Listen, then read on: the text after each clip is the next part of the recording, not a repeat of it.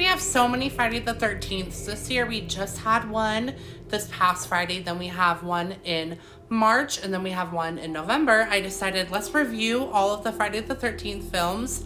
I already ranked them in a previous video, but we're gonna do individual reviews now. I think that's enough time to be able to do 12 movies, because there is 12 movies in this franchise, but let's start with the original Friday the 13th, 1980.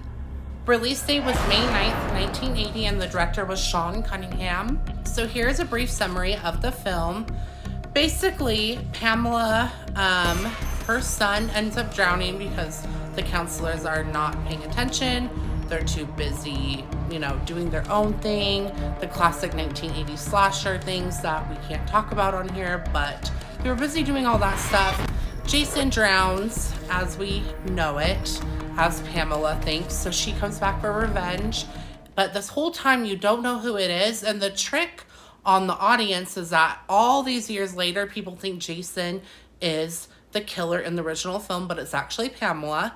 I even forgot that until like 5 or so years ago when I rewatched the original. I rewatched the original and the remake. I was like, oh, I forgot that it was actually Pamela in the first one, his mother, not actually Jason.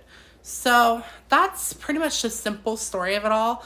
It ends up concluding with our final girl. I forgot her name, but she ends up beheading Pamela in this kind of epic showdown, which did some interesting angles, and I really just enjoyed how they play with the shadows and the lighting in this film, with the sound effects, and they really just bring the camp/lake atmosphere to life and just make it very eerie. And there's a reason why after this film came out, everyone was so terrified of, camping. And the film ended up making over $60 million when the budget of the film was only $550,000. So it definitely established Friday the 13th in the slasher/horror genre.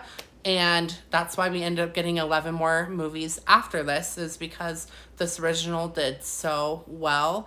Even though it had mixed reviews, it still made a lot of money, and money brings in sequels. Sometimes the older slashers tend to be a little bit slow, the pacing's a little off, but I still think this movie holds up. I give it probably an 8 out of 10. It is a classic horror film.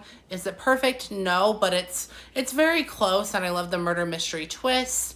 I love just the atmosphere that it gives us. So let me know what you guys rate or, think of the Friday the 13th original and the whole franchise.